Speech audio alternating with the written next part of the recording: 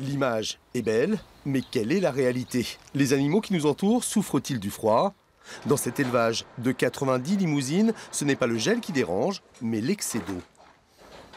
Les semaines passées, de l'eau là, jour et nuit là, pendant 15 jours, ça c'est un problème pour les bêtes qui hivernent dehors. Quelques pertes de fourrage, ça dégrade un petit peu les prairies, et puis les bêtes sont pas heureuses.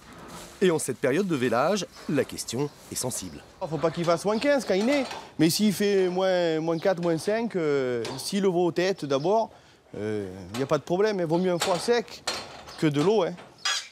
Allez, viens vite chercher un cacao. Des poils aux plumes. Bernard est un passionné d'oiseaux exotiques depuis l'âge de 7 ans. Il possède quelques 70 espèces, essentiellement originaires d'Amazonie, comme ces haras ou ces cacatoès de Goffa. Le problème des oiseaux exotiques l'hiver, c'est principalement l'eau, effectivement, parce qu'elle gèle dans les abreuvoirs.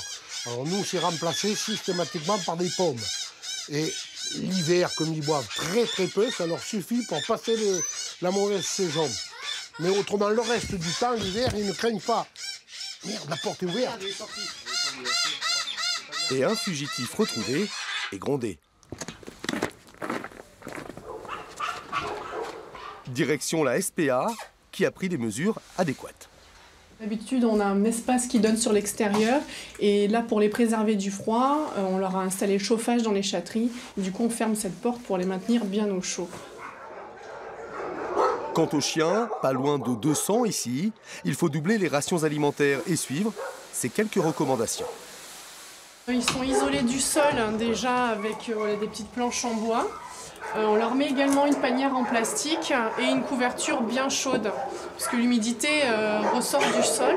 L'impact du froid se répercute même sur les pensionnaires de l'aquarium de Limoges. Ici, les 2/3 des 3000 poissons sont d'origine tropicale.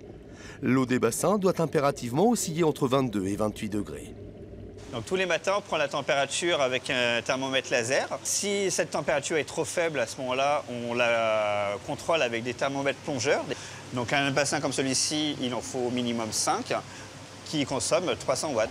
Le poste de charge le plus coûteux pour l'établissement. Malgré tout, cette période de gel possède un intérêt essentiel pour tous ces animaux, l'éradication d'un bon nombre de bactéries et parasites, pour mieux profiter du printemps.